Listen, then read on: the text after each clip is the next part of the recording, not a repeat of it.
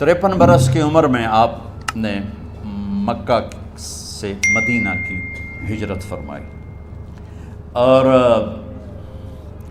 10 برس آپ نے مدینہ میں قیام فرمایا۔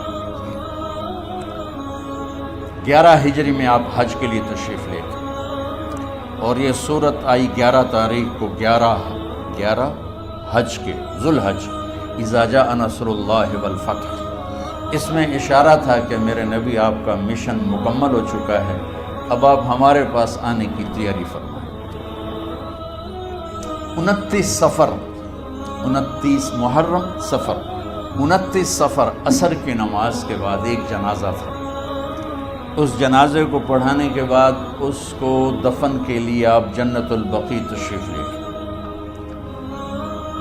وہاں سے واپس ہونے لگے تو سر درد اٹھا اور وہ درد ایک دم بڑھنا شروع ہوا، اور اس دن باری حضرت عائشہ کے گھر کی تھی، تو آپ گھر میں تشریف لاتے لاتے درد کے ساتھ بخار، تیز درد، تیز بخار، اور 14 دن 12 ربیع 29 30 2 دن یہ اور 12 دن اگلے 14 دن آپ نے بیماری دیکھی، مسلسل سر درد اور مسلسل بخار۔ اور روزانہ آپ جب گھر بدلتے، اس وقت 9 بیویاں زندہ تھیں، تو آپ پوچھتے کل کس کی باری، کل کس کی باری؟ جی میمونہ کی۔ اگلا دن کل کس کی باری؟ جی حفصہ کی۔ کل کس کی باری ہے؟ ام سلمہ کی ہے۔ تو بیگمات نے اس سے سمجھا کہ اللہ کے نبی یہ چاہتے ہیں کہ میں بیماری کے دن عائشہ کے پاس گزاروں، ورنہ آپ کو تو خود پتہ ہے کل کس کی باری ہے، پرسوں کس کی باری ہے، ترسوں کس کی باری ہے۔ تو حضرت میمونہ کے گھر میں آپ تشریف فرما تھے، تو ساری باقی 7 بیگمات جمع ہوئیں اور انہوں نے آ کے عرض کی، یا رسول اللہ، جب تک آپ بیمار ہیں آپ عائشہ کے پاس آرام فرمائیں، اور جب اللہ آپ کو شفا دے دے تو پھر ہماری ترتیب کو آپ دوبارہ شروع فرما دیں۔ تو آپ نے سب کا شکریہ ادا کیا، علی اور عباس کو بلایا، ان کے کندھوں پہ آپ نے یوں ہاتھ رکھے اور آپ کے پاؤں یوں زمین پہ لگ رہے، آپ پورا پاؤں نہیں لگا پا رہے تھے کمزوری سے، یہ پوزیشن تھی اس طرح۔ اور یہ پیر کا دن تھا، آپ حضرت عائشہ کے گھر میں داخل ہوئے اور اگلے پیر کو حضرت عائشہ کے گھر میں آپ اپنے اللہ کے پاس چلے۔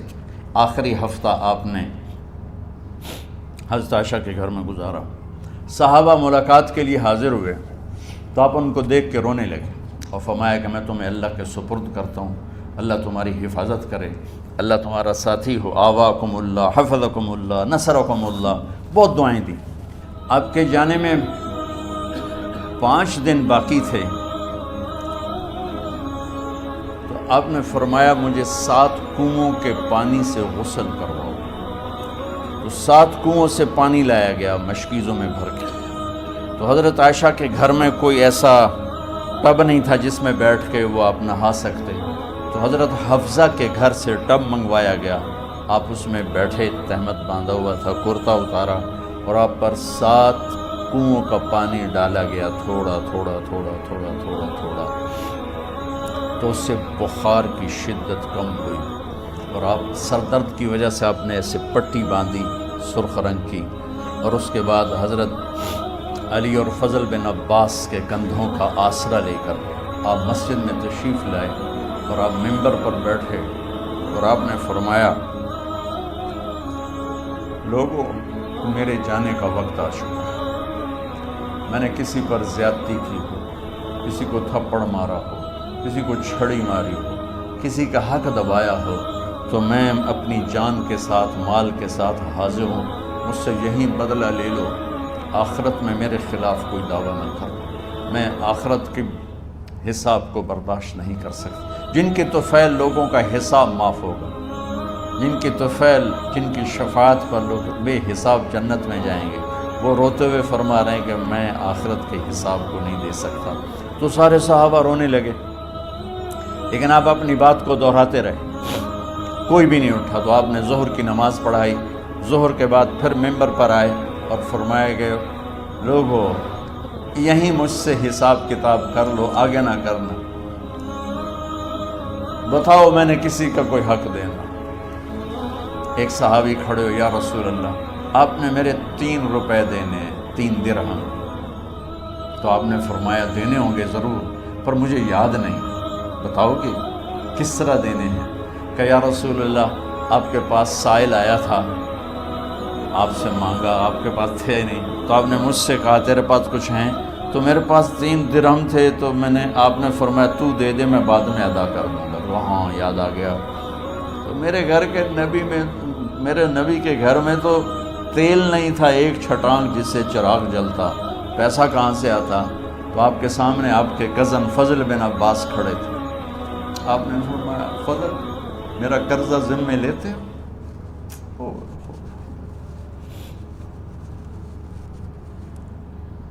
جن کے لیے کائنات سجائی گئی، جنت کی چابیاں جن کو پکڑائی گئیں، جاتے ہوئے 3 روپے دینے کی ہمت نہیں تھی، کہا فضل میرا قرضہ ذمے لیتے ہیں؟ کہا جی یا رسول میں اپنے ذمے لیتا ہوں۔ کہا اس سے لے لینا۔ آپ گھر تشریف لے گئے،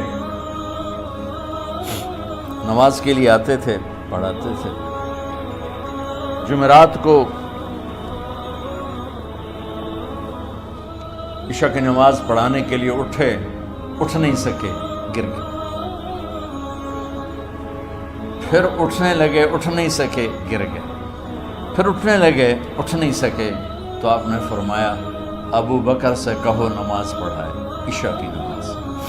ابو بکر ذرا پیچھے کھڑے تھے، عمر آگے کھڑے تھے، تو لوگوں نے کہا نماز ہی پڑھانی، کوئی پڑھا دے، تو انہوں نے حضرت عمر کو آگے کیا، انہوں نے کہا اللہ اکبر۔ جب حضرت عمر کی تکبیر سنی تو آپ نے اندر سے زور سے فرمایا عمر کو پیچھے کرو، ابو بکر کو آگے کرو، میرے رب کا فرمان ہے میرے مصلی پر ابو بکر کے سوا اور کوئی کھڑا نہیں ہو سکتا۔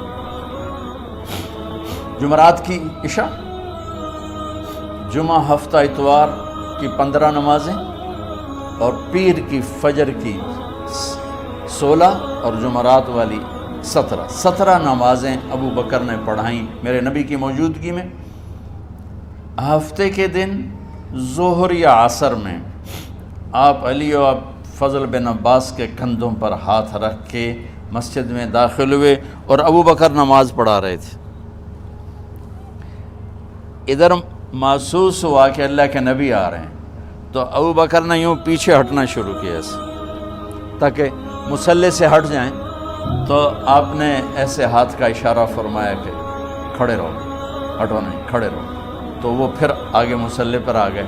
تو آپ تشریف لائے اور الٹے ہاتھ ابو بکر کے ساتھ بیٹھ کر آپ نے ظہر یا عصر کی 4 رکعت نماز ابو بکر کی امامت میں ادا فرمائی۔ یہ آپ کی آخری نماز تھی مسجد کے اندر امت کے ساتھ اور تشریف لے کے۔ جمعہ کا دن تھا، جبریل آئے، یا رسول اللہ مجھے اللہ نے بھیجا ہے کہ جاؤ میرے محبوب کا حال پوچھ کے آؤ۔ تو اب درد اور بخار دونوں چیزیں تھیں، سر کا درد بھی ہیوی ویٹ تھا اور بخار بھی، تپش۔ تو آپ نے کہا جبریل تکلیف ہے، تکلیف میں۔ ہفتے کا دن پھر جبریل آئے، یا رسول اللہ مجھے اللہ نے بھیجا ہے کہ جاؤ میرے محبوب کا حال پوچھ کے آؤ۔ پھر آپ نے فرمایا تکلیف میں۔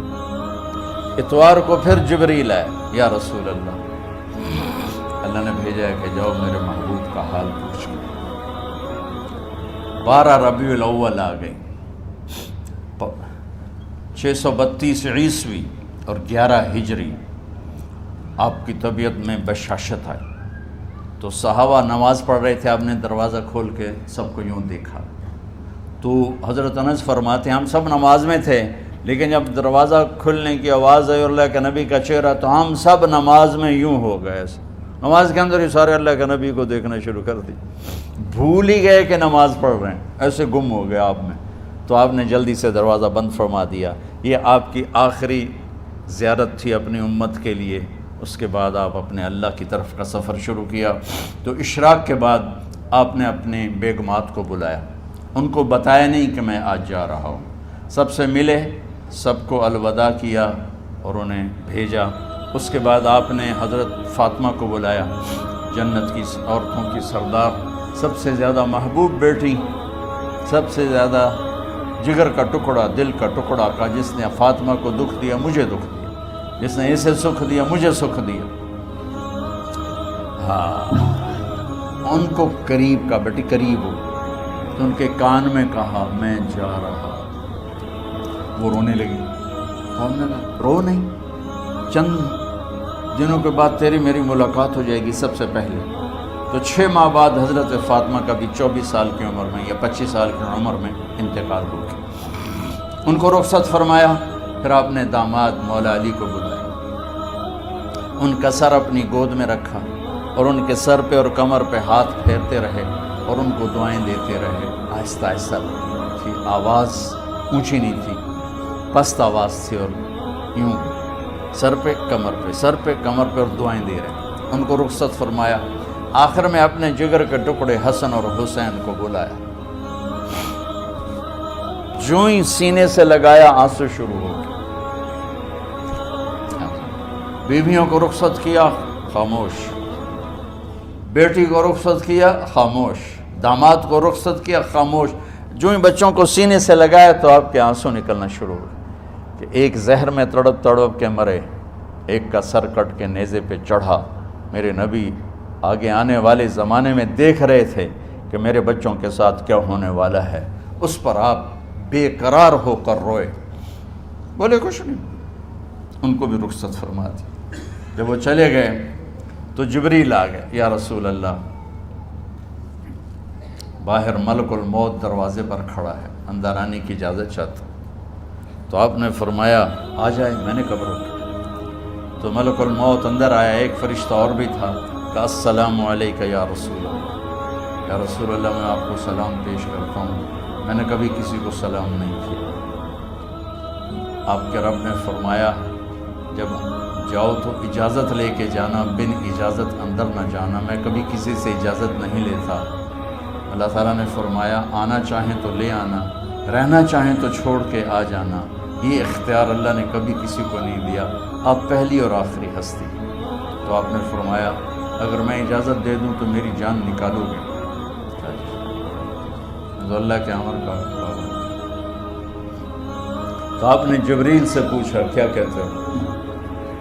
تم کیا کہتے ہو؟ جبریل نے کہا یا رسول اللہ، اللہ آپ کی ملاقات کے شوق۔ میرے بھائی بہنوں، اللہ سے یہ دعا کیا کرو کہ اللہ ایسی موت دے جب جانے کا وقت ہے تو ہماری ملاقات کے شوق۔ ایک صحابی کا انتقال ہوا، آپ نے ان کی قبر پہ جا کے یہ دعا کی، یا اللہ طلحہ جب تیری بارگاہ میں پیش ہو تو اسے دیکھ کے مسکرائے، یہ تجھے دیکھ کے مسکرائے، سارے دکھ درد دور ہو جائیں۔ تو جبریل بولے یا رسول اللہ، اللہ آپ کی ملاقات کے شوق میں۔ آپ نے فرمایا جاؤ اللہ سے پوچھ کے آؤ میرے بعد میری امت کے ساتھ کیا کرے گا، جاؤ پوچھ کے آؤ حسن حسین کے ساتھ کیا کرے گا۔ یہ پوچھنا، ہر کوئی اپنے بچوں کو یاد کرتا، مرنے والے بچوں کو یاد کر، بچے میلاد۔ میرے والد اچانک ہارٹ اٹیک میں فوت ہو گئے تو ہماری بہنیں موجود نہیں تھیں، میری 2 بہنیں، تو میرے والد بار بار کہتے میری دھیاں میں نو ملا دے، میری دھیاں میں نو ملا دے۔ اور میرے نبی نے کہا میری امت کا مجھے بتاؤ پہلے کیا کرو۔ حسن حسین کا نہیں کہا، جن کو ذبح ہوتے بھی دیکھا، زہر میں تڑپتے بھی دیکھا۔ واہ یا رسول اللہ، آپ نے کیا وفا کی اور ہم نے کیا صلہ دی، سارے خنجر انہی کے سینے میں ہی اتار دیے، ہر تیر کھینچ کے آپ کے جگر کے پار کیا، ہر نافرمانی کا ٹھیکہ لے لیا۔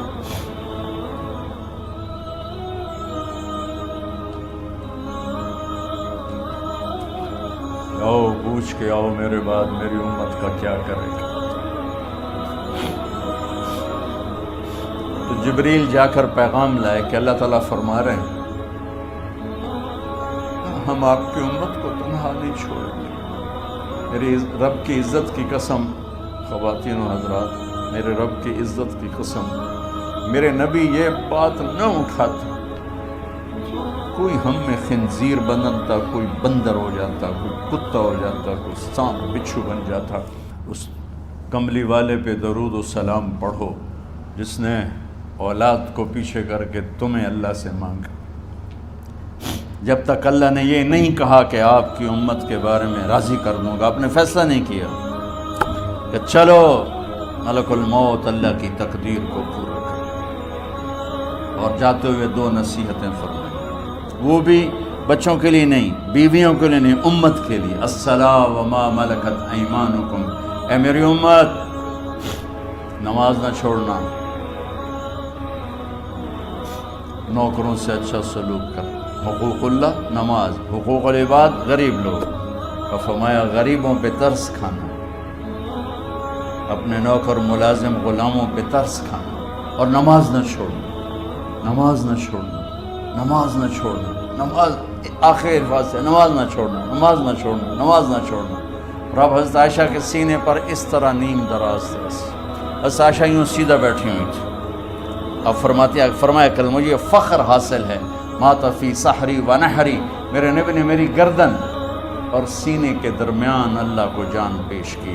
آپ اس طرح نیم دراز تھے تو تھوڑی دیر پہلے عبد الرحمن بن عوف آئے، آپ کے عبد الرحمن بن ابو بکر آئے، آپ کے ہاتھ میں تازہ مسواک تھا، آپ مسواک بہت فرماتے تھے، تو آپ اتنے کمزور ہو چکے تھے کہ بولا نہیں جا رہا تھا، تو آپ کی نظریں مسواک پہ ٹک گئیں، دیکھے جا رہے ہیں، مسواک کو دیکھے جا رہے ہیں۔ حضرت عائشہ نے محسوس کیا کہ نظریں مسواک پر ہیں، تو کہا یا رسول اللہ اب مسواک کرنا چاہتے ہیں، تو آپ نے تو حضرت عائشہ نے اب بھائی سے لے کر وہ لکڑی اور اپنے منہ میں چبائی اور آپ کے منہ میں اس طرح کر کے خود چلائی، کہا میں وہ خوش قسمت ہوں جس کا لعاب آخری غذا تھی جو میرے نبی کے منہ میں گیا، وہ حضرت ام عائشہ کا لعاب مبارک تھا۔ اور پھر اس کے بعد اگلا یہ سارا واقعہ ہوا، تو آپ نے کہا الصلاۃ وما ملکت ایمانکم، ایک نماز نہ چھوڑنا، ایک اپنے نوکر نوکرانی غلاموں سے اچھا سلوک کرنا، اور پھر اللہم الرفیق الاعلی، یا اللہ بلا لے۔ جب آپ نے اعلان کیا کہ چلو تقدیر پورا کرو، تو جبریل بھی غمگین ہو کر کہنے لگے یا رسول اللہ پھر میرا بھی آج دنیا میں آخری دن ہے، آج کے بعد میں بھی کبھی اس دنیا میں لوٹ کے نہیں آؤں، یعنی وحی کے ساتھ۔ آپ کی آنکھیں بند ہوئیں، حضرت عائشہ رضی اللہ عنہا کی چیخ نکلی، تو ساری بیگمات دوڑی آئیں، تو آپ کی منزل پوری ہو چکی تھی، تو آپ کو لٹایا گیا اور چادر ڈال دی گئی۔ ابو بکر رضی اللہ تعالیٰ عنہ اپنی دوسری بیگم کے پاس گئے تھے، عوالی، 3-4 میل، پتہ چلا تو وہاں سے گھوڑے پر وہ دوڑتے ہوئے آئے اور آ کر آپ کے ماتھے سے چہرے سے کپڑا ہٹایا اور آپ کے ماتھے پر بوسہ لیا، تو آپ کے آنسو ماتھے پر گرے، کوا و نبیّا و خلیلا و صفیہ، ہائے میرا نبی، ہائے میرا دوست، ہائے میرا خلیل، ہائے میرا جگر، کہ یا رسول اللہ آج کے بعد آپ کوئی دکھ نہیں دیکھی۔ جب آپ درد سے بے قرار تھے اور بی بی فاطمہ رضی اللہ تعالیٰ عنہ ساتھ بیٹھی تھیں، تو آپ کی بے قراری کو دیکھ کر وہ رونے لگی کہ ہائے میرے ابا کا درد، ہائے میرے ابا کا درد۔ تو میرے نبی نے کہا ما علی ابی کی کرب بعد اليوم، بیٹی آج تیرے باپ کے دکھ کا آخری دن ہے، آج کے بعد کوئی دکھ نہیں دیکھیں گے۔ تو صدیق نے کہا آپ آج کے بعد کوئی دکھ نہیں دیکھیں گے۔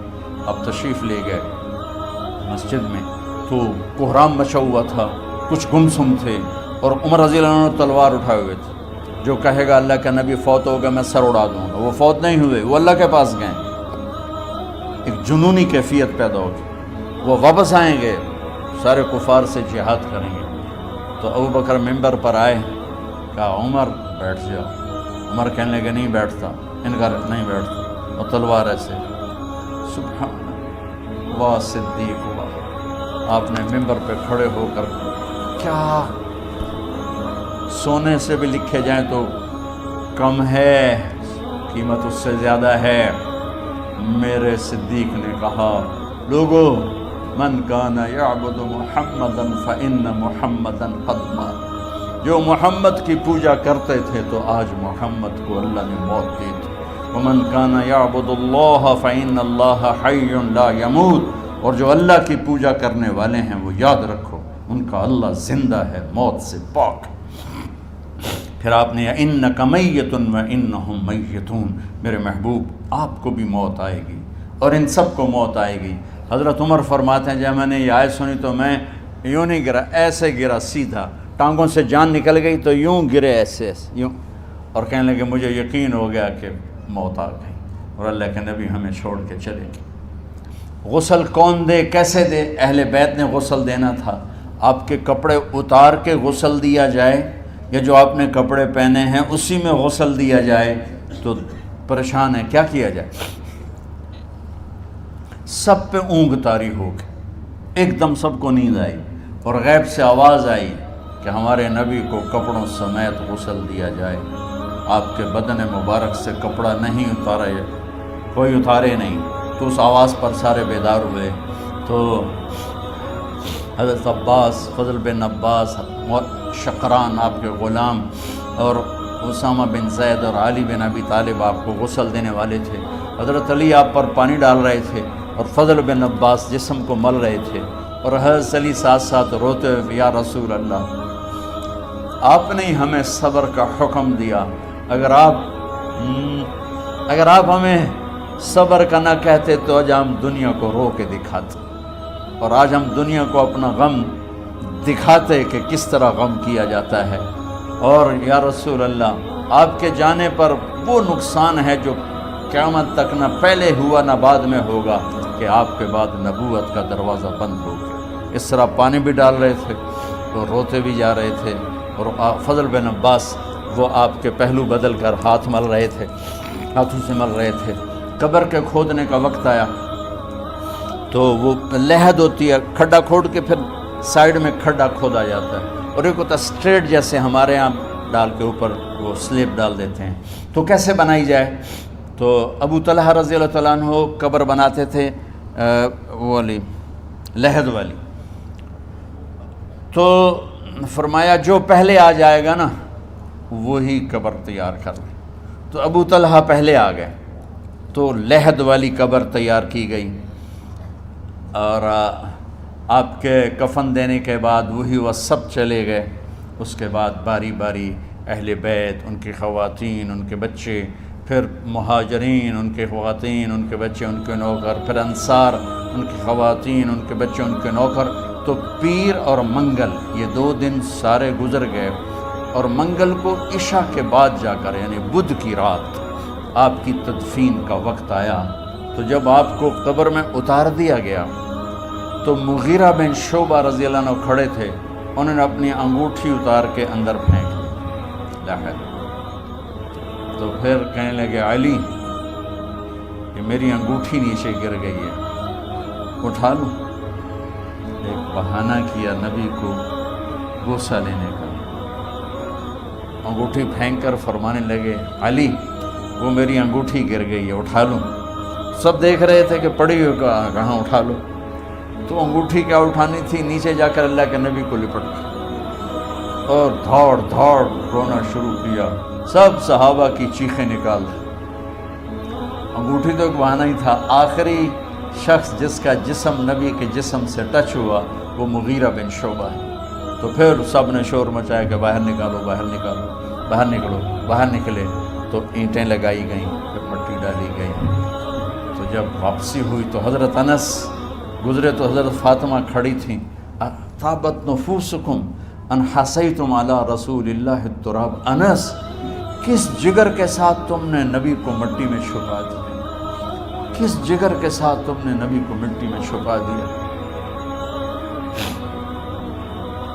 اللہ سے ملا دے۔ قبر دیکھنے کو خوفناک ہے، اگر اللہ راضی ہے، جب کبھی قبر سے ڈر لگتا ہے، بہت ہی لگتا ہے، تو خیال آتا ہے اگر اللہ راضی ہے پھر تو مسئلہ ہی کوئی نہیں ہے، چونکہ اللہ نے اپنے محبوب کو بھی قبر میں اتارا۔ یہ نہیں کہا کہ ایک خوبصورت بیڈ روم بنا کے اس میں لٹا دو، کہا قبر میں اتارو۔ اگر اللہ راضی ہے تو مرنے والی ہو یا مرنے والا ہو تو مزے ہی مزے ہیں۔ یہ سارے دعا کرو کہ جب ہم دنیا سے جا رہے ہوں اللہ ہم پہ خوش، اللہ ہم سے راضی۔